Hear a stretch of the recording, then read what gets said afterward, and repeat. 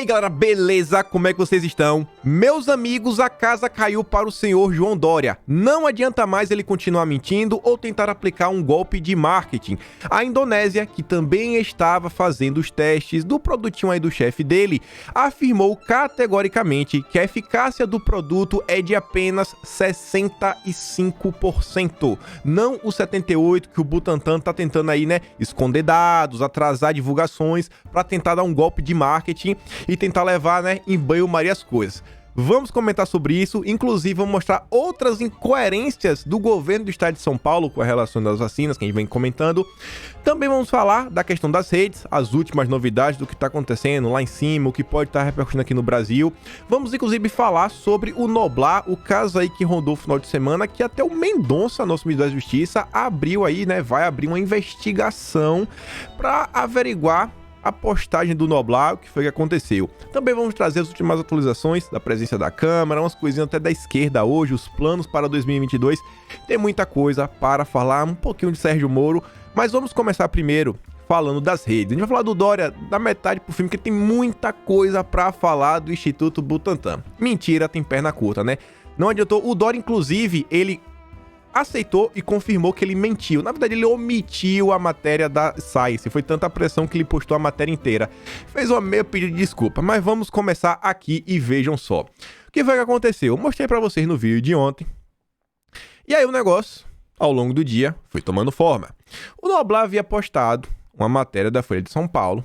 E em cima disso daí ele coloca um textinho que falava lá, ó, que se o cara lá de cima optasse por tirar a própria vida, Bolsonaro deveria imitá-lo. É um texto completamente sem pé nem cabeça, incentivando, né, que as pessoas tirem a própria vida. Um absurdo, completamente inaceitável. Inclusive, né, subiu um hashtag contra a revista Veja, onde ele trabalha, falando que a revista Veja promove, sabe, coisas absurdas. Foi lá parar no Trending Topics. E vejam só qual foi o desfecho de sair ao longo do dia. Depois que o Noblar fala, a matéria, na verdade, é essa daqui, é do Rui Castro, saiu na Folha de São Paulo, onde mais iria sair, né? E o Rica Perrone, que inclusive desmascarou o Felipe Neto, coloca, né? Aí pode, tudo certo. Depende do lado, não do que você fala. Tá tudo aí, né? Para o pessoal, liberdade de expressão vale de tudo. Isso aqui, esse caso, ainda rendeu uma fake news da Globo de forma, assim, absurda. E aí, vejam só. A repercussão foi tão grande que a Veja foi no Twitter falar só o seguinte, ó.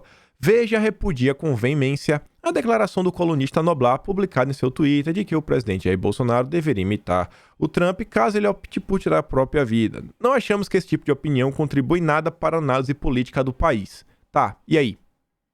Teve o que mais? Só isso daí? Teve nada. Nada, acabou por aí. Só notinha lá no Twitter e ficou por isso mesmo. Isso daí a Veja. Mas tem coisas que são absurdos. Por quê? Porque o que o Noblar fez, e o Rui Falcão também, vejam só, quando você pega as leis brasileiras, você percebe que, vejam só, artigo 122, induzir ou instigar alguém a tirar a própria vida ou praticar mutilação, blá, blá, blá, blá, blá. Qual é a pena disso? Reclusão de 6 meses a 2 anos. Ou seja, eles cometeram crimes. E diante disso, o nosso ministro da Justiça e Segurança Pública, André Mendonça, viu as redes para falar o seguinte, ó. Alguns jornalistas chegaram ao fundo do poço. Hoje, 2 deles instigaram 2 presidentes da República a fazer o que? Retirar a própria vida. Apenas pessoas insensíveis com a dor de suas famílias, de pessoas que tiraram, sabe, que cometeram esse ato, poderiam fazer isso, sabe? É você não ter amor com famílias. Imagine, gente, a quantidade de pessoas ao redor do mundo que tiveram esses casos. Acho que esse pessoal não tem ideia do impacto que isso pode ter numa família, né? Nem aí, não importa que Jair Bolsonaro, nosso presidente, tem uma filha de... A Laurinha tem o quê? Uns 10, 12 anos? Não, deixa lá, cresce sem pai, não tem nenhum problema. Ele não tá nem aí. E aí o Mendonça diz, ó. Apenas pessoas irresponsáveis cometem esse crime contra chefes de Estado de 2 grandes nações. Fazê-lo é um desrespeito à pessoa humana, à nação e ao povo de ambos os países. Por isso, requisitarei a abertura de inquérito policial para apurar ambas as condutas. As penas de até 2 anos de prisão poderão ser duplicadas, 3º e 4º inciso do artigo 122, sem prejuízo da incidência de outros crimes. Espero que isso aí vá pra frente, né? Vamos ver como é a justiça brasileira. Vamos ver, né? Mas do jeito do jeito que o pessoal no judiciário é capaz de não dar em nada no final. E aí, vejam só. O Globo soltou uma grande fake news, fez uma matéria imensa, tentando colocar panos quentes, passar pano pro Noblar, falar que não é bem assim, estão tentando fazer isso, aquilo, outro, e tentar, né, criminalizar a imagem do governo, falar que o governo quer perseguir pessoas. E olha só a manchete. Ministro da Justiça pedirá abertura de inquérito contra escritor após texto contra Bolsonaro. Foi só um texto contra? Ai, não aceita críticas, é isso? Aí você pega a matéria, eu quero mostrar para vocês só o último parágrafo que fala o seguinte, ó. Depois das críticas dos bolsonaristas, a crítica, foi nada demais. Noblar excluiu as publicações originais e explicou que apenas compartilhou o artigo como parte de um clipping diário da mídia, que costuma fazer. O jornalista ainda desejou uma vida longa para o presidente Bolsonaro, para que ele possa colher o que plantou. Olha só, né? Muito amor. Dobra a aposta. Ele quer que vida longa? Não quer. Só que o Globo fala, ó, ele apagou. Não, ele não apagou. Isso é uma tremenda fake news. O Jornal Globo está promovendo fake news e desinformação. Porque, é claro, você vai no Twitter do Noblar, a Renata ainda trouxe aqui para você mostrar, ó. Este tweet não está mais disponível porque violou as regras. A plataforma derrubou o tweet. Não foi ele que apagou em boa vontade. Em nenhum momento ele se arrependeu. Ele está convicto do que ele fez, é certo? Que o nosso presidente não merece ter o direito de viver. E a Veja, no máximo, faz uma notinha de repúdio e a Globo compartilha uma grande fake news e desinformação, tentando mais uma vez criminalizar a imagem do governo Bolsonaro para a população brasileira. E a Renata diz, ó, parece que deu ruim para o Noblar. Seus tweets com incentivo foram excluídos pois violaram as regras da plataforma. É assim que tem que ser. Nenhum de nós aceita esse verdadeiro discurso de ódio. Olha como são as coisas, né? Olha como são as coisas. A mídia toda para tentar proteger. E aí, já que a gente tá falando de mídia, vamos começar a chegar lá para cima. Falamos ontem de um texto lá do Dugin, que eu falei, não é qualquer pessoa, não é qualquer pensadorzinho, não é uma Ilona Zabó que articula pro Luciano Huck, é um cara que conversa, bom, é um cara que aconselha o presidente russo. É outro patamar que a gente tá falando. É um filósofo, inclusive, constrói um plano de poder, teve até o debate com o professor Lavo, tem até na internet, aqui no YouTube você acha os trechos, algumas coisas, tem um livro completo, que é o debate como todo, tá no livro. Mas vejam só, depois do que vocês viram ontem, ele foi lá no Facebook mais uma vez para dar uma palavrinha e fala o seguinte, ó, na América houve um verdadeiro problema, né? Assim, ó, passaram a mão. Vou usar outra palavra, o pessoal passou a mão sem pena, ó, assim, ó, debaixo da mesa. Empresas de alta tecnologia, finanças e globalistas são todos cúmplices. A democracia e os direitos humanos estão suspensos. Ele fala que o cara lá, cara... Meio complicado, né? A situação do próximo aí, né? Ele não é... Fala que não é... Assim, que não é tão legítimo. Complicado falar sobre isso num vídeo, vocês devem entender. Nós vamos libertar a América. Nós estamos chegando. A primavera russa continua. Eu falei... Não são todos os setores que estão compactuando com isso. Esse pessoal, eles são a favor até que isso ocorra. Agora, desde que o Estado possa controlar o que entra e o que sai. E agora eles perderam a mão. Sabe? O organismo internacional vai ganhando mais e mais força. E deu ruim. E você vê que, olha só, a ministra de Relações Exteriores russa, você vê aqui, a Maria Zakharova fala o seguinte, ó. Eventos em Washington são assuntos internos da América. Ao mesmo tempo, destacamos o fato que a América, o sistema lá, né, das eleições, é arcaico e não atende aos padrões democráticos modernos. Gente, o negócio tá esquentando para todos os lados. E esse clima vai continuar por muito tempo. Tava conversando com os amigos meus mais cedo, eles estavam falando o seguinte, cara... Você lembra, você estava perguntando comigo, né? Tu lembra como é que estava o clima do Brasil em 2014? Naquela época eu não acompanhava tão de perto a política, mas eu já começava a acompanhar. E olha, cara, quem estava vivo naquela época e acompanhou o mínimo, lembra que já tava uma animosidade gigante, sabe? O pessoal que votou na Aécio contra o pessoal que votou na Dilma. E passou meio que 2 anos e a Dilma caiu. Só que a diferença é que o americano comum tem muito mais força, tanto em termos aquisitivos quanto de outras ferramentas, para tentar fazer com que a vontade do povo seja seguida. Vamos esperar para ver. Vamos esperar. Tempos difíceis estão por vir, mas não é o fim dos dias como a gente falou ontem. E vejam só, tempos difíceis. Sobre a questão do Parler, foi removido da App Store, Play Store, serviços de hospedagem da Amazon. E aí o Felipe Martins fala o seguinte, ó. Em uma entrevista concedida à Fox News, na tarde de hoje, o CEO do Parler afirmou que a plataforma pode ter que encerrar suas atividades, já que todos os prestadores de serviços procurados até o momento se negaram a hospedar a rede social e seu aplicativo. Matis afirmou que fará tudo o que estiver a seu alcance para manter a plataforma funcionando, mas que isso pode se revelar impossível, uma vez que nenhuma das empresas procuradas está disposta a fazer negócios com uma plataforma que foi rejeitada pelas grandes.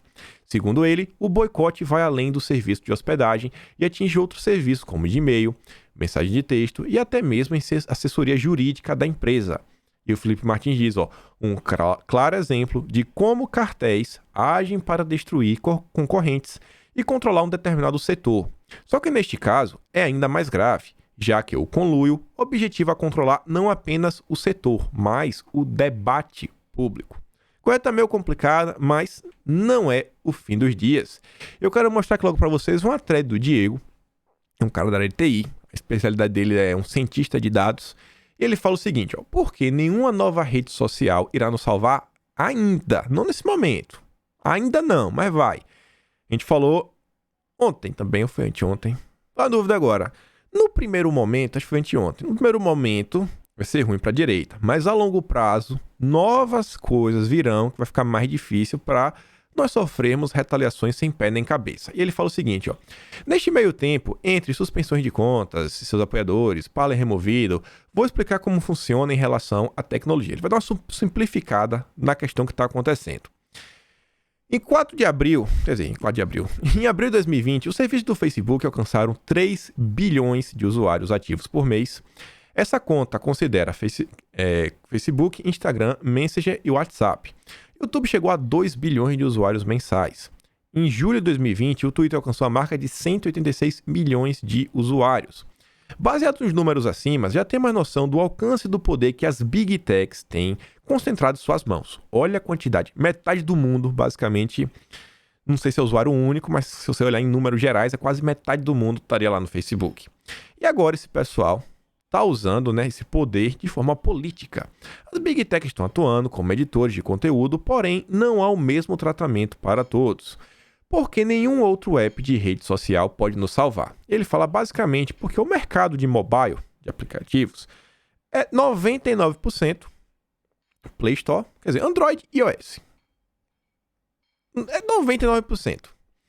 E ele fala, com toda essa centralização de poder, não adianta surgirem novos apps, pois as lojas de aplicativos podem simplesmente dizer que as aplicações não atendem sua política de software. São empresas privadas, infelizmente podem fazer isso dependendo das leis de cada país.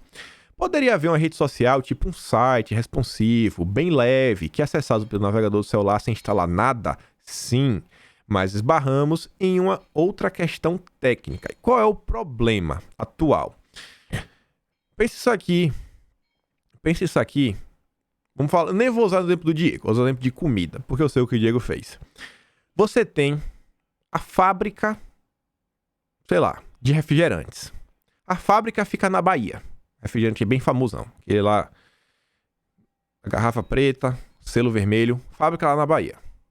Você tá lá, você quer tomar esse refrigerante de São Paulo. Cara, daí que saia da Bahia e chega até em São Paulo, leva um tempo. Só que, se você quiser tomar ele no Rio Grande do Sul, o tempo já é maior ainda. Se você quiser fazer um serviço que atenda todo mundo de forma rápida, você tem que colocar o quê? No percurso, alguns centros de distribuição. Que independente se vai ter pedido ou não, o centro de distribuição sempre está comprando porque ele repassa para aquela região. Sai da fábrica para o centro de distribuição para o serviço de atacado para o varejo. E aí vai em cadeia. Na internet tem algo meio similar. Você pode ter o serviço como, por exemplo, todo mundo vai numa única origem, ou você faz alguns servidores locais em certas regiões e um servidorzão global. Quando você lida com a rede social, se você quer que ela tenha rapidez, você tem que fazer aquele esquema. Tem a fábrica, sem distribuições, o atacado, até chegar no consumidor final. Só que para você criar uma cadeia assim, você precisa de servidores hospedados ao redor de todo mundo. E não são todas as empresas que têm isso. Às vezes, por exemplo, tem uma empresa que ela só tem um serviço de acesso no Brasil. Deve ter que ter aí a hospedagem no Brasil. Algumas empresas menores. Só que, imagina uma pessoa que está na Europa. O tempo de resposta de você mandar informação, bater e voltar, demora. Demora. Porque você sabe como é que funciona, mas basicamente a sua internet funciona ao seu computador, sai para o modem de sua casa, do modem de sua casa vai para um centro de distribuição do bairro para um centro um pouco maior, do centro maior para, sei lá, uma grande estrutura de internet, e aí passa nos cabos submarinos entre continentes até chegar onde você quer. É basicamente isso mesmo, é de um a um, de um a um, de um a um. Então é meio complicado. Então a gente tá meio assim num caminho que ainda não tem uma solução pro exato momento. Ainda. Calma lá que o Diego vai completar. Ele fala, daí esbarramos no mesmo problema, pois as maiores empresas de serviços são as Big Techs. A questão de hospedagem. Por isso, leva-se muitos anos e muito investimento para se construir uma estrutura dessa, com servidores locais em cada local e um centralzão globalizado. O grande problema é que esse mercado é um grande lobby, onde todos os pequenos concorrentes são adquiridos ou simplesmente são esmagados, é também a questão dos hackers, que destroem sua camada de software com diversos tipos de ataque. Isso aumenta o custo com segurança e inviabiliza a operação. Você está pensando, então é o fim? Acabou? Não, não é o fim e não acabou, porque ele diz, estamos perdidos? Não, há uma luz no fim do túnel e não é um trem. Ele fala uma brincadeira. Você já deve ter ouvido falar sobre Bitcoin, sobre pessoas ganhando dinheiro, etc. Mas a questão não está na moeda, mas sim na tecnologia, que é o quê? É a questão do blockchain. O que é o blockchain de forma simplificada? É uma rede descentralizada, tipo, você não tem um local. É como se você não tem o centro de distribuição. Você sai da fábrica, basicamente, para o atacadinho. Sabe os atacados pequenininhos que já vende para o mini varejista? É dali. Não tem um centro de distribuição, mas cada atacado é responsável por armazenar um tanto. E vão se comunicando entre si. Ele fala, milhares de nós. São pequenas coisas, quase a nível varejo. Como se fosse um gigantesco livro contábil que faz o registro de uma transação da moeda digital, de forma que esse registro seja confiável e imutável. O que está se popularizando agora é o uso de blockchain para diversos fins através de contratos inteligentes, que são protocolos de natureza digital que têm as mesmas finalidades de instrumentos de celebração contratual tradicionais que estão estabelecidos entre duas partes. A gente não faz o contrato, não assina, tudo bonitinho. Existem hoje contratos digitais, que é como se fosse assim um arquivo, que você coloca na rede dessa, que a forma é feita de um jeito que você não consegue modificar o contrato, sabe? A força, sem que ambas as partes concordem. É basicamente isso. A forma como a blockchain opera é, na prática, impossível você inserir um dado, sabe? Você dá uma modificada, você pega, eu vou criar dinheiro aqui artificial. Não, não tem como. Não tem como. E ele fala, ó, com isso pode-se criar N tipos de serviços, contratos, apps, utilizando essa descentralização da rede. Isso está engateando ainda, afinal, a tecnologia surgiu em 2008 e ainda está em evolução. Já há algumas iniciativas de redes sociais descentralizadas, mas que não agradam aos olhos, pois tem empresas, governos, loja de apps dentro do processo, ou seja, é uma falsa descentralização, mas já está começando. E ele diz, ó, para que haja uma rede social 100% descentralizada, ela tem que ser meio como o Bitcoin, uma tecnologia com código aberto, que tem contribuições da comunidade e que as melhorias passem pelo consenso da rede, ou seja, zero empresas, zero governo, zero CPF específicos à frente. É basicamente como funciona até o Linux. E depois ele diz, ó, por isso fiquem atentos, leiam e se informem mais sobre blockchain, DeFi, smart contracts, mesmo que você não seja da área. É o único jeito de descentralizar o poder e tornar o mundo livre, onde o mercado se autorregula e, acreditem, funciona. E funciona mesmo, pessoal, mas funciona mesmo. E aí, vejam só, sabe o Sleep Giants? O pessoal está fazendo algo similar agora com o Parler. Você vê, né? Várias empresas falando, a Zendesk, olá, nós queremos falar que o Parler não fará mais parte dos nossos serviços diante aí do que tudo está acontecendo.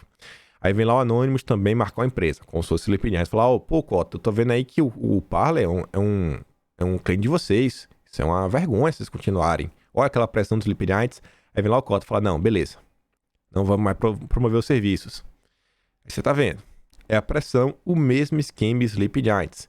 Mas, ao mesmo tempo, você vê, o Gabi que trouxe a informação, ele avisa que eles ganharam mais usuários nos últimos 2 dias do que nos 2 primeiros anos de existência. É por isso que você nunca desiste. Continue construindo, continue avançando. Tenha fé, mesmo quando toda esperança parece perdida. As coisas vão mudar. As coisas vão mudar. Vão mudar. Mas as coisas também estão complicadas. Felipe Martins diz, o Carl Schmitt é aplicado à risca. A Forbes anunciou que irá mobilizar todos os seus recursos, incluindo seu aparato midiático e seu poder de pressão sobre investidores, para garantir que nenhuma empresa jamais contrate qualquer pessoa que trabalhe ou trabalhou para a administração Trump. Quanto amor. Quanto amor, né? Isso aí realmente é o verdadeiro cancelamento. Ao mesmo tempo, vejamos algumas coisas. O Shiva Ayadurai, acho assim que é o nome do cara, é um indiano. Ele foi o cara, descendência indiana, falar assim, eu não sei se ele é de lá mesmo, mas ele foi o cara que inventou o e-mail, a tecnologia de e-mail. Não sei se ele inventou lá os primeiros protocolos, se foi lá, e-mail, POP3, mas ele começou aí, ele fala o seguinte, como homem que inventou e-mail, eu vou entregar a você uma plataforma que vai colocar um ponto final na questão das Big Techs. Eu prometo. Tem muita gente agora engajada com o que aconteceu. Gente, foi um evento de calamidade global. Global. O impacto que isso vai ter, a gente só vai entender daqui a alguns anos. O impacto do que teve, a gente só vai entender daqui a alguns anos tudo o que aconteceu. Tudo que aconteceu. E o mundo mudou. Vai mudar mesmo. Principalmente quando se fala sobre redes sociais. Vamos analisar. E aí, vejam só. Pra você ver como o mundo vem mudando. O Ebert fala o seguinte, o bagulho tá louco mesmo. Felipe Martins retweetando o Verdivaldo lutando pela liberdade. Quem diria? A gente concordando com o Verdivaldo. Constantino dando razão a Felipe Martins. E a Carlos Bolsonaro. Constantino que chamava aí, né, Felipe Martins de jacobino. O Constantino mudou recentemente. Eu não esqueço que ele falou, mas tratava tão mal. Batia palma para as matérias do gabinete do ódio contra o Carlos Bolsonaro. E agora ele tá dando razão. Olavo de Carvalho denunciando a censura do Twitter ao Dugin. Dugin retweetando Olavo de Carvalho, que foi destruído no debate. O PCO reclamando da questão que teve aí, né? Enquanto os liberais inteligentinhos aplaudem a censura. Olha que o tabuleiro como vem se formando. As coisas estão mudando bastante. Foi um evento, eu tô falando, de impacto mundial. E o Daniel Silveira fala uma coisa que eu espero muito que vá à frente. Eu espero que eles não percam tempo e aproveitem essa mudança na presença da casa para começar para ontem. Quem sabe aí, né, abrir uma comissão especial para adiantar muito rápido esse processo. Que ele fala, vamos reunir a base parlamentar e propor legislação que obrigue as redes sociais a agirem dentro de nossa Constituição Federal e iremos aprovar. Se acham que irão mandar aqui, não vão. Estão lidando com legisladores e presidente conservadores. Censurou? Multa. Vamos ver. Eu tenho muita fé no governo. E aí, meus amigos, olha só isso daqui. Se lembra quando a gente estava falando da questão do CEAGESP, que todo mundo da mídia quis dar escândalo, que Bolsonaro não quer mais privatizar, e até falando na época eu trouxe assim um áudio, não mostrei quem era a pessoa, o cara fez uma certa análise até rápida, e ele falava o seguinte, hoje em dia, lidar com privatizações, você não pode só falar assim, é bom ou é ruim. Privatizar é bom o tempo todo. Calma. Vou ler até a parte de baixo primeiro, é o que ele fala, Imaginem se a Amazon comprasse os Correios. Identificamos que sua encomenda não se adequa aos padrões e regras da companhia de compliance. Por isso estamos descartando-a. O perigo da frase, vamos privatizar tudo, o seu amiguinho globalista adora toda vez que ela é dita. Não podemos olhar só, a questão teórica, linda e maravilhosa das privatizações. Temos que olhar também os agentes que podem, estar nelas. Quem pode adquirir, para quem está indo. E se a gente já tinha um problema com os chefes do Dória, agora a gente está vendo que estão surgindo outras pessoas que a gente também tem que estar com os 2 pés atrás. Os 2 pés, não o pé atrás não, os 2. E aí, compliance. A gente vai agora dar uma mudada de assunto e olha só como as coisas são, né, no Brasil. Renato fala mais outra coisa, que diz o seguinte, ó. As Big Techs estão colocando em prática o conjunto de regras que o mundo empresarial chama de compliance, que ficou evidente por ser mais forte do que as leis de uma nação. As políticas da empresa, violando essas regras e políticas da empresa, eles estão dando mais importância, estão se sobrepujando à Constituição Federal dos países, que manda suas regras internas. E ele fala o seguinte, ó, o biografado Fujão saiu da vida pública para ajudar as empresas a criarem esses manuais. Sérgio Moro está envolvido, nesse atual momento, com essa coisa aí, né? Fazer políticas de compliance para empresas. Sérgio Moro está na vanguarda da censura. O que é que está por vir ao longo dos próximos anos?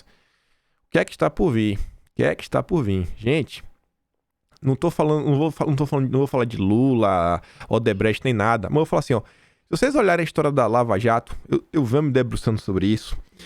Tem alguns, assim, pequenos empresários. Quando eu digo pequeno empresário, é aquele cara que, sei lá, não tem nem patrimônio de milhão. O cara, assim, era executivo de algum lugar. Ele não tinha nenhum vínculo.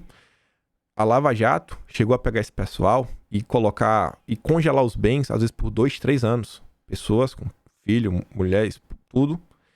Vai fazer o quê? Não tem dinheiro. Mas as regras. Você travou a vida do cara. Todos os bens que o cara tinha foram congelados.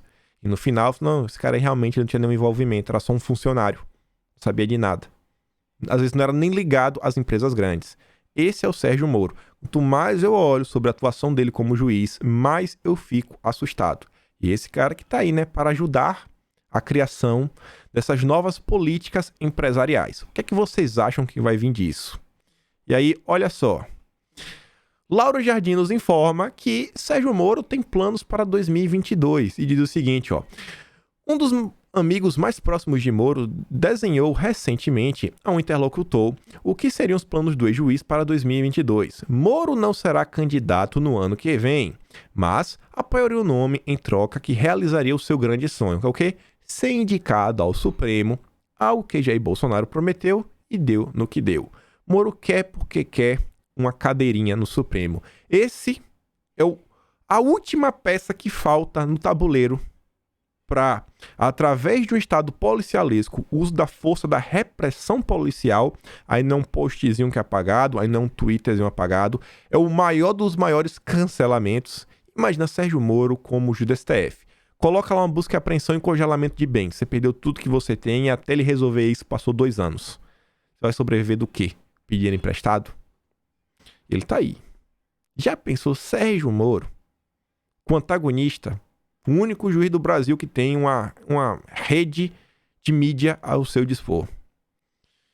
Ia ser, né? Ia ser, mas eu acho que isso não vai acontecer, viu, Moro? Eu acho que isso não vai acontecer. E aí, olha só como são as coisas, né? Olha como o Globo impacta, sabe, nessa gente. Você vê, né? Um monte de coisa acontece, ele não fala nada. Sai várias notícias, ele fica caladinho. Mas saiu uma matéria no Globo, vixe, esse pessoal chega a treme. Ele falou o seguinte, ó. Leio há semanas, no Lauro Jardim, informações sobre que eu supostamente irei fazer da minha vida no futuro e publicada sem me consultar. Esclareço, como já falei aqui, que estou trabalhando no setor privado, ajudando as empresas em políticas anticorrupção. Ponto. O resto é boato. O que ele chama de política anticorrupção, eu também chamo de estado policialesco. Vocês percebem que Moro, o jeito deles, do antagonista, é assim, é igual ontem Bolsonaro. Bolsonaro tem que ser julgado e punido. Peraí, ele não tem que ser julgado pra ver se ele é culpado ou inocente? Como é que você tá falando que ele tem que ser punido? A política de corrupção de Moro é o seguinte, ó, você é corrupto. Mas, peraí, não, você é corrupto. Acabou, bateu o martelo. Relógio parado, acerta 2 vezes. O Lula, todo mundo sabia. Relógio parado. Mas e muita gente aí?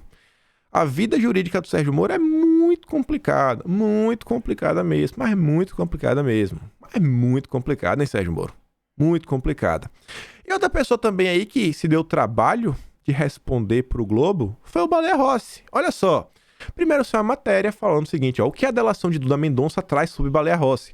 A gente comentou isso daqui, que foi aquela questão do irmão dele, que ganhou muito dinheiro na época, que o Baleia Rossi era o presidente do Diretório Estadual de São Paulo, do MDB. Ganhou muito dinheiro, o irmão dele, mas muito dinheiro mesmo. Falou que até recebeu esse dinheiro em espécie e tudo, e teria uma ligação com o Baleia Rossi. E aí, depois dessa matéria, no Globo, também no Lauro Jardim, o cara já tremeu, aí teve uma atualização da matéria, ó. A assessoria de Baleia Rossi enviou a seguinte nota oficial. A delação de Duda Mendonça é absolutamente vazia no que tange ao deputado Baleia Rossi. Se deu trabalho de ir lá, desmentir, ó, não é isso, não é aquilo outro, não tem nada a ver comigo, é lá meu irmão lá, me tira de problema. Saiu na Globo, essa gente se treme, hein? Saiu na Globo, essa gente se treme. Eu não sei por que esse pessoal tem tanto medo da Globo. Não sei por quê.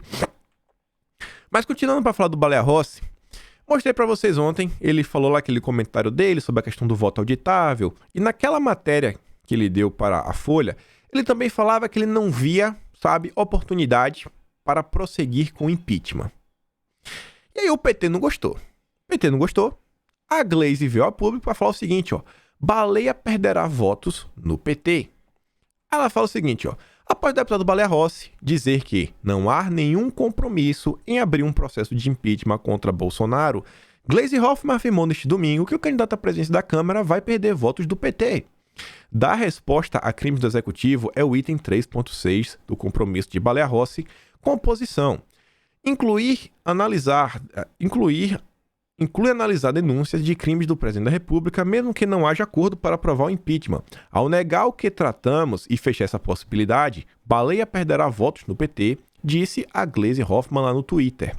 No final do ano passado, como mostramos, o PT decidiu incluir a análise de pedidos de impeachment de Bolsonaro como uma das condições para apoiar o Baleia Rossi.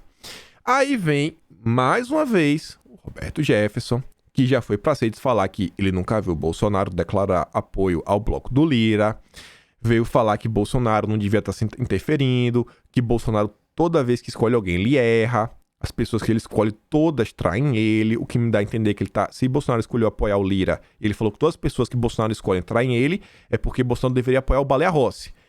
Aí fala assim, porque vocês são inexperientes, vocês acham que o MDB sei lá, vai ser oposição, isso, vocês estão enganados, o MDB não vai se juntar à esquerda.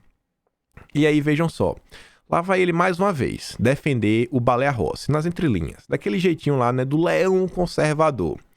A aliança com a esquerda, montada pelo Nhonho, está começando a fazer água. A Gleisi e a Turma Vermelha não gostaram que Baleia não se comprometeu com a votação de pedido de impeachment do presidente da República. Será que Gleisi achou mesmo que o MDB apoiaria o impeachment? Tolinha, olha só, o MDB jamais faria isso. Gente, 9 horas antes dele postar isso, 9 horas antes, tá aqui, ó, 16 horas. Você pega 16 menos 7, sobra 9. Se olhar certinho, é só lá no Twitter você checar. Essa postagem foi feita 9 horas antes da postagem do Grande Leão Conservador, onde o Baleia Rossi já falava o seguinte, ó. Falei com a Gleisi agora há pouco. Ressaltei que vou honrar cada compromisso firmado com os partidos de oposição, o que inclui usar todos os instrumentos constitucionais em defesa da democracia. Tradução, ele vai pautar o impeachment. Tá aí. Mas o Leão tá lá defendendo o MDB. O tempo todo. E eu falo desse cara porque, gente, vocês já viram quanto de fundo partidário o PTB recebe? Quanto dinheiro de fundo partidário o PTB recebe? Não é pouco não, amigo. Não é pouco não. E você ter sua imagem ligada ao bolsonarismo rende muito voto. Mas muito voto mesmo. Hoje em dia o que rende voto é você ter uma posição forte. Você tem oposição ao governo e a esquerda lidera. Você tem o famoso, talvez, até centrão, aquele pessoal assim que é forte em determinados locais. Ainda tem gente do DEM, do PSDB, social-democracia. E você tem um lado bolsonarista. O PTB não tem espaço do lado de lá. Tá tentando buscar o seu lugarzinho ao sol, né? Não quer abrir mão do fundo partidário. É o grande leão conservador. Muita gente continua pedindo para ser enganada. Mas tudo bem. Continuando aqui, olha só que interessante uma coisa que me faz querer acreditar que as coisas realmente podem dar boas, mesmo sabendo que a gente em algum momento vai se decepcionar com o bloco do Lira. Mas o Globo fez uma matéria que fala o seguinte, ó. Candidato do governo, Lira tem trajetória baseada no poder da palavra e dos cargos. Fala o seguinte, um revés ocorrido há 8 anos iniciou um novo modelo de relacionamento do Lira, a candidato à presidência da Câmara, com os parlamentares. No primeiro mandato na casa, e já líder do PP, ele foi retirado do posto, acusado de articular a quebra de um trato feito com um colega. Ele quebrou a palavra. Desde então, ele aprendeu a lição. Em Brasília, manter a palavra é o segredo para ascender na política. A fama de cumpridor de acordos o acompanha na atual disputa. Ele falou que ele não iria deixar de pautar e discutir a questão do voto auditável. Bolsonaro falou aí que tinha umas pautas que ele quer, que ele já estava conversando.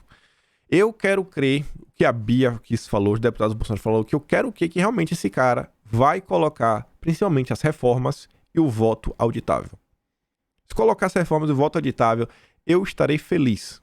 De verdade. Eu acho, sabe? Acho que vai dar bom. Eu acho que vai dar bom. Espero que ele realmente seja uma pessoa que cumpra palavras. Espero. Mas vamos ver e ficar sempre ligados. E aí, vejam só. Parece que Rodrigo Maia tá nervosinho. E não é só porque talvez ele esteja dormindo no sofá depois de ter passado o Natal. Por aí. Matéria do Globo nos informa que Rodrigo Maia está na mira da PF. Olha só, meu amiguinho. Em dezembro, a PF colheu depoimentos no âmbito de investigação que atinge Rodrigo Maia frontalmente. Quem acompanha os bastidores desse inquérito nota o interesse especial da PF pelo que é contado sobre o ainda presidente da Câmara, né, Rodrigo Maia. Vai virar do baixo clero e a PF na cola dele. Eita, Botafogo! Segura que o filho é teu. E aí, isso aqui eu mostrando, não entrou no assunto, o livro de Eduardo Cunha vai bater direto no Rodrigo Maia, mas direto. E Cunha também vai falar da questão, né, de Sérgio Moro e do Janot. O que o Cunha tem para nos contar sobre o Moro? Já não basta o Verdivaldo, agora é a vez do Cunha. Quero muito saber, né, o que pode vir aí. E também o que vai ter sobre o Rodrigo Maia. Vamos ver que dia que vai sair esse livro do Cunha. Já está pronto. Mais de 760 páginas. 3 editoras interessadas. Vamos ver os próximos capítulos disso. E aí, vejam só. Falando aqui um pouco de esquerda em 2022. Como os partidos de esquerda planejam abandonar o PT em 2022? Articulação de Frente Progressista quer isolar o petismo é vingança encontrada por siglas de esquerda após traições do partido de Lula. Articulado entre PDT, PSB e PCdoB, o movimento tenta atrair o PSOL. Escantear o PT. Para caciques envolvidos na conversa, é hora de abandonar o petismo. As eleições de 2020 uniram as forças de esquerda contra o projeto hegemônico petista, que nada constrói e a ninguém é capaz de apoiar. PT tá de fora. O PT não tem mais espaço. Coitado, né, do PT.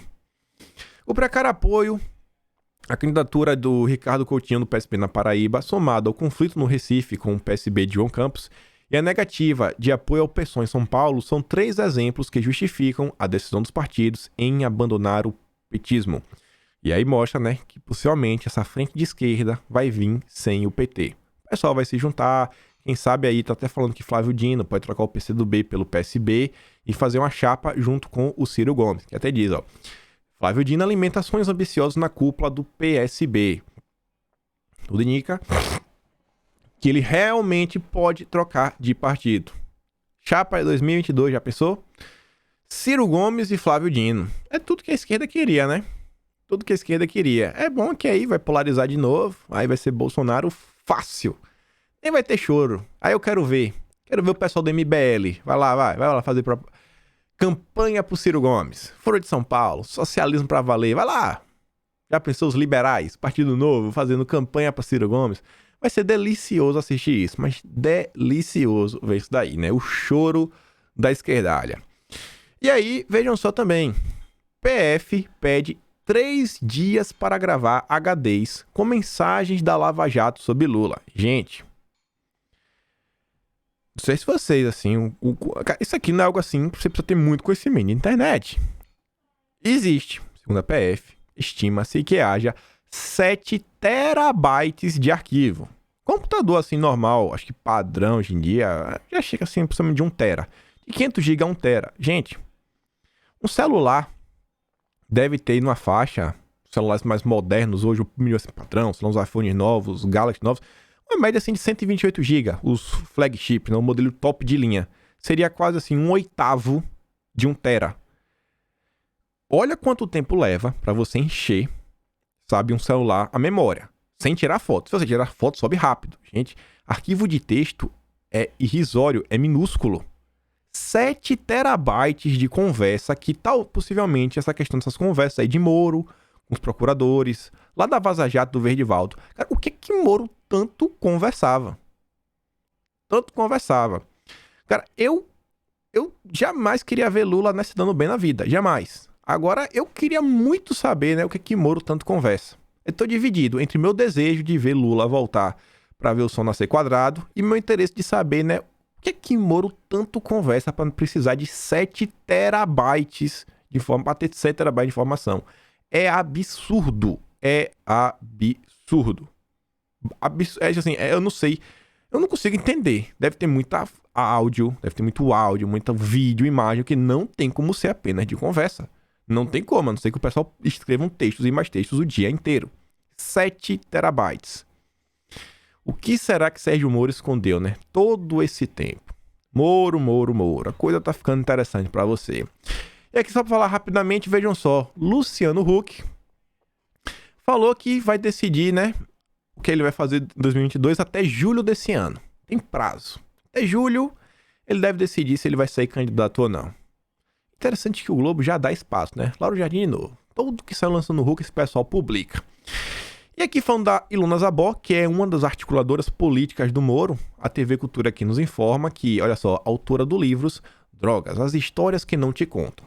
Ela tá defendendo, né? Orégano, farinha de trigo, que todo mundo pode usar, usa aí. Vamos parar de combater. Foi a única brasileira incluída na lista dos 50 maiores pensadores do mundo em 2020. Imagina como é essa lista. Olha só, Felipe Neto na Times, ela lá. Vocês entendem por que eu bato tanto no martelo dessa mulher aí? Se você segue ela, você sabe quais são os próximos passos da esquerda brasileira. Porque ela tá ligada a esse movimento globalista. Direto. Ela tem foto assim, lado a lado, com sorinhos na casa do Fernando Henrique Cardoso. Toda vista de vermelho, a dama de vermelho, Ilona Zabó. Vai vendo. E aí ela me traz essa pérola, olha só. Bolsonaro segue passos que lembram Venezuela, diz Ilona Zabó. Não é de hoje, está cada vez mais claro. Dá uma canseira, né? Mas enfim, chegamos. Assunto final. Mas não menos importante, talvez o mais importante do dia de hoje. Dória, a mentira do Dória chega ao fim. Mentira não, né? O golpe midiático do Dória. Você percebe o quê? Dória vinha adiando os resultados, para cada vez tentar colocar Bolsonaro espremido pela pressão popular com o slogan do seguinte: Bolsonaro é contra isso, Bolsonaro é contra as vacinas, Bolsonaro é contra a vida, Bolsonaro é irresponsável. Até hoje não temos produto nenhum para poder utilizar. Colocar pressão pública. Não! Aqui, ó, no subgrupo desse pessoal que vai pra academia, histórico de atleta, 78%. Quase isso, né? Mas aí, a Indonésia também fez testes, tava fazendo testes, e anunciou que a eficácia era de apenas 65,3%. 65,3%. E aí agora? Que é basicamente o valor que o pessoal falou, né? O pessoal do Brasil tá falando que nos dados que dava assim, com um prospecto, eram 63,24. Ainda tá um pouquinho maior. Difícil, hein? E aí, Dória? É quase cara ou coroa. É quase cara ou coroa o produtinho do Dória. E é o mais caro. De todos os concorrentes, o mais caro é o do Dória. 10 doleta a dose. Dizem que o Dória tá comprando a dose a 1,60. Olha o lucro. O menino não é mole não, hein?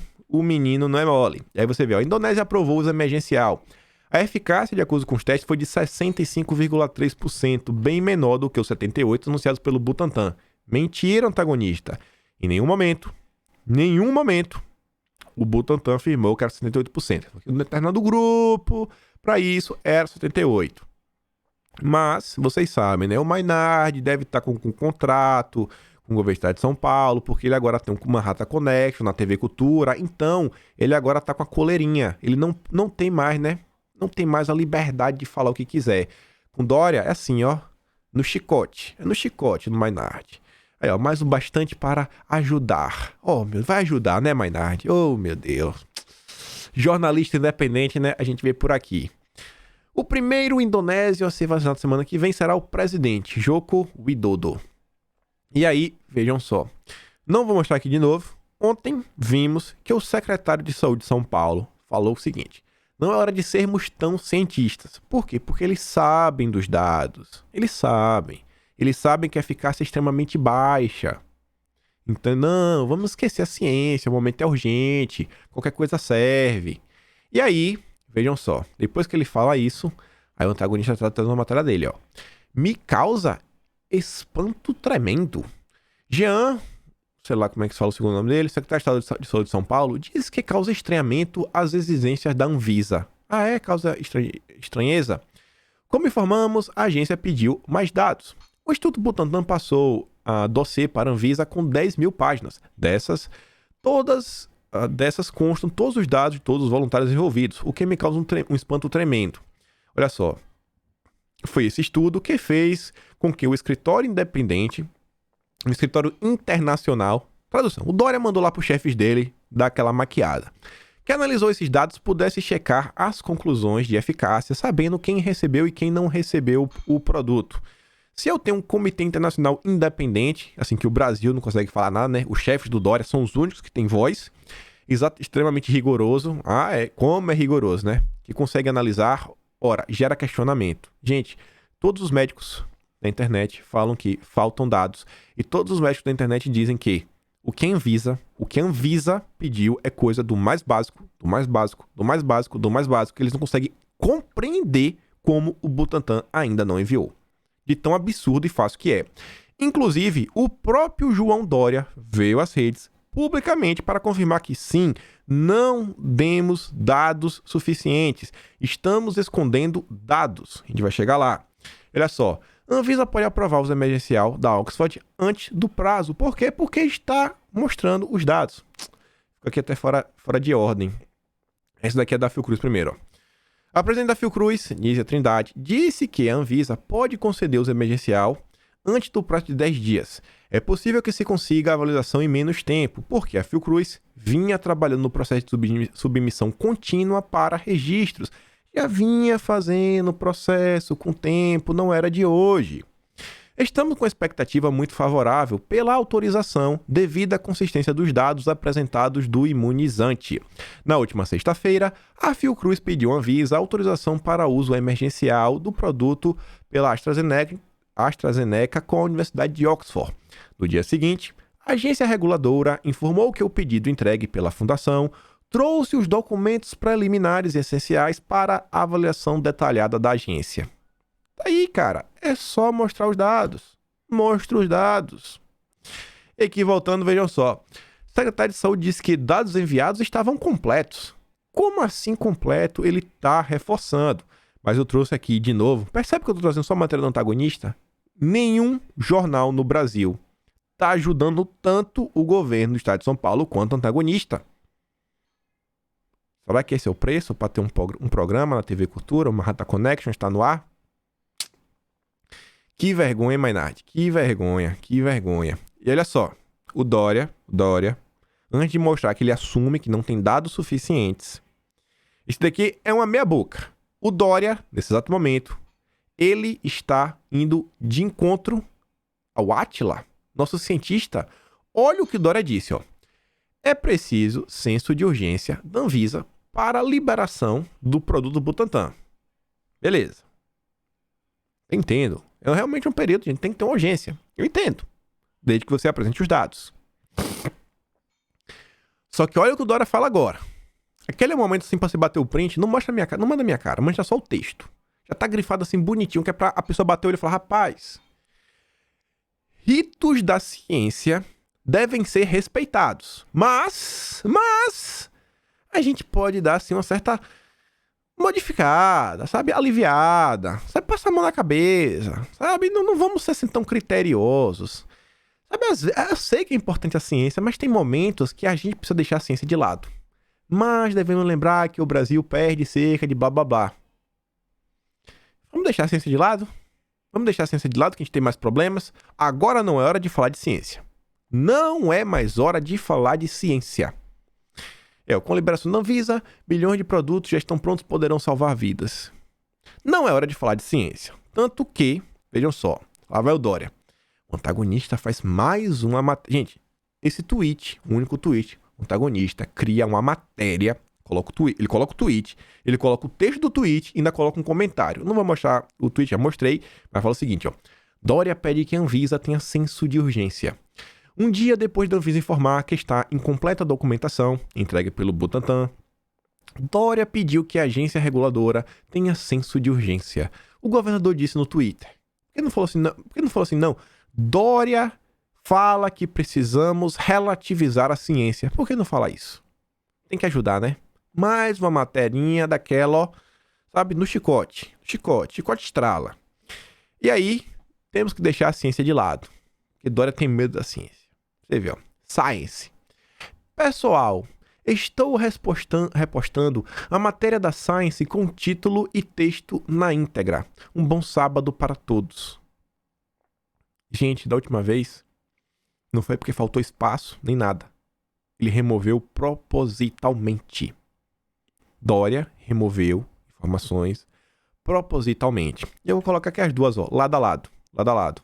Você vê, ó, essa aqui de cima, já acaba, tem um mini texto e o texto. A matéria original é assim, ó. Você vê, ó. Tá vendo que tá faltando aqui, ó, depois? A vírgula. Details remain sketchy. Mas detalhes permanecem escassos. Sabe? Cadê os dados? Detalhes. Não temos. Dória, agora ele assume, ó, que faltam dados. Dória veio a público assumir que sim, faltam dados. Estão escondendo os dados. Lembrando que o produto dele, o país de origem, não está usando. Sequer foi pedida aprovação. Está vendendo a rodo para o Brasil. A $10 a unidade. E aí? E aí você vê, olha só. Médico. Dados do produto dos chefes do Dória, relatados à Anvisa, não estão claros, diz um médico. Segundo o especialista, Jorge Calil, falta transparência. Vou mostrar logo o texto dele, ó. Em entrevista à CNN neste domingo, o diretor do Laboratório de Imunologia do Estudo do Coração, Jorge Calil, reforçou que faltaram informações sobre o produto do Dória nos documentos divulgados pelo governo de São Paulo, a Agência de Vigilância Sanitária, Anvisa. Deve ter alguma razão para esta lacuna, pois os dados requisitados pela Anvisa são simples. Tem que ter em qualquer estudo mais básico do mundo. Ele diz, ó, segundo o especialista, falta transparência. Pode ser que ainda não existam algumas confirmações e tudo bem, mas isso precisa ser dito. Tudo precisa ser claro e não está. Tem que parar de mentir e omitir informação. É só marketing político que os caras fazem. Aí você vê, ó, acredito que haja seriedade no processo. Então esses dados devem estar disponíveis nessa semana, diz o Renato Grimbal. Olha, ó, a aprovação do produto depende de consultação dos dados. Eles mesmos afirmam que, cara, tá faltando dado e a gente deve apresentar essa semana. Tá aí, cara, apresenta. Para de esconder. Você vê, ó. Grimbal ainda comentou sobre o futuro. Olha, já foi testado em vários países, então é uma questão de consolidação.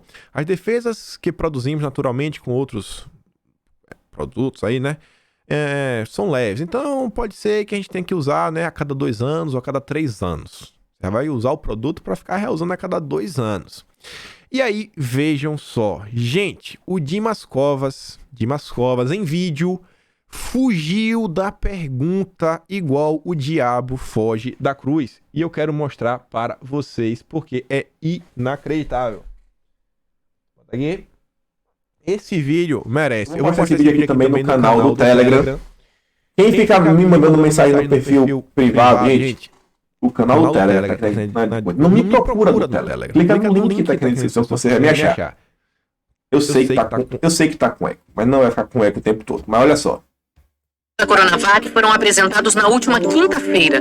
A vacina mostrou 100% de eficácia contra casos graves e moderados. A vacina do Butantan vai de 78% a 100% de eficácia nos casos leves, moderados e graves. Só que os cientistas reclamaram. Esses são chamados dados secundários. São bons, mas não são números da taxa de eficácia da vacina. Taxa de eficácia que é tão importante, por que ela não foi divulgada? Eu divulguei as taxas de eficácia clínica, que é o que interessa para essa vacina. Cada estudo tem o seu tipo de análise. Cada estudo inclui um tipo de população diferente. A população não sabe o que é eficácia, não sabe o que é eficiência de uma vacina. Ela quer saber qual o efeito da vacina tem nesse atual momento. E seria em torno desse percentual, 63%, 64%? Ou não? Olha, pode confirmar? Não é o momento, tá certo, de divulgar todos os detalhes do estudo. A população não sabe o que é eficácia, o que é eficiência. Vocês não sabem não, né, gente, o que é eficácia? Vocês não sabem, meu Deus. Chama vocês de burro ainda, né? É pouco. É brincadeira? Fala que você não tem capacidade de saber o que é eficácia e eficiência. Não é o momento não é de falar que o não esquece os números, esquece. A gente falou dos números que importa. Não, esse aqui do grupo, isso aqui fugiu de responder tudo. Isso é o governo Dória, um governo que esconde informações do povo brasileiro em detrimento de lucrar com a saúde. Ele não está repassando o preço. Eles estão lucrando absurdos. Dória comprou um valor. Chega, né, o produto final muito mais caro. E aí, vejam só, se mesmo o Dimas Covas foi lá em entrevista, né, e o antagonista, como sempre, dando holofotes. E ele falou o seguinte, ó, que o efeito só vai funcionar, só vai ser sentido a partir de maio. Lembra do pico do Mandetta? Que o pico ia ser em maio? Não, o pico ia ser em abril, maio, junho, julho, agosto, setembro, outubro. Sei lá, vamos esquecer o pico, né? Não, a gente vai começar a ver efeito em maio. Não deu pra ver efeito em maio ainda. Não, em julho, em junho a gente começa. Acho que é agosto. Chega 2025, ainda não viu o efeito. Né? A gente tentou, rapaz. É porque naquele momento era tudo pela saúde. O Dimas Covas fala, né, que deve ser percebido apenas a partir de maio deste ano. O efeito aí, ó. Antes de maio não teremos impactos do nosso produto. Acredita quem quer, né? Acredita quem quer. E pra gente chegar aqui... Aqui é quase o final do nosso vídeo, mas duas reflexões do Renato. Primeiro, ele fala o seguinte, ó. É difícil entender o silêncio dos deputados federais, principalmente os eleitos por São Paulo. É evidente que o produto do calça colada irá utilizar verba federal. Isso abre precedente para que os deputados federais questionem juridicamente o processo quanto à sua eficiência e transparência. Bora acordar? Vai cair o braço, alguns dos nossos deputados, entrar com pedido, sabe? Não sei se vai ser na Procuradoria, no MPF, falar, cara, mostra os dados. Mostra os dados. A gente tá entrando aqui com mandato de segurança. Nós precisamos saber os dados. Vai cair o braço? Cadê os nossos deputados de São Paulo? E depois o Renato fala o seguinte, ó. Dia 14 terá um novo tratoraço, desta vez na Avenida Paulista. O descontrole com as verbas públicas não pode causar mais danos para o pagador de impostos. Gente, tem muita coisa acontecendo. Se nada foi feito, tudo vai continuar e vai ganhar ainda mais força. Eu sei que as redes impactam, que é complicado, mas, meu amigo, se você tá com medo, com receio de perder o seu perfil, que seja no Twitter, como é que você se sente em saber que talvez o preço do leite possa realmente dobrar, não é assim um achismo, possa realmente dobrar? Porque esse aumento do ICMS pode causar isso. Dobrar o preço final de alguns produtos. Então eu acho assim que a população precisa se engajar em algumas coisas. Vai ter o tratoraço aí, tem quase ninguém divulgando. Os produtores rurais estão se movimentando, vão conseguir o CEAGESP, aparentemente, vai ser caminhoneiro junto, mas o povo precisa andar junto. O ICMS vai impactar em todo o Brasil. Em todo o Brasil. Porque a energia que a empresa já gasta vai vir mais cara. Ou seja, vai aumentar o custo de produção. Nada na energia. Então presta atenção nisso. Não dá mais pra ficar do jeito que estão as coisas no governo Dória, né? E é isso. Fico por aqui. Aquele grande beijo e abraço, tamo juntos e valeu, galera. E chegamos a 400 mil seguidores. Muito obrigado a todos vocês. Nos vemos amanhã. Fui!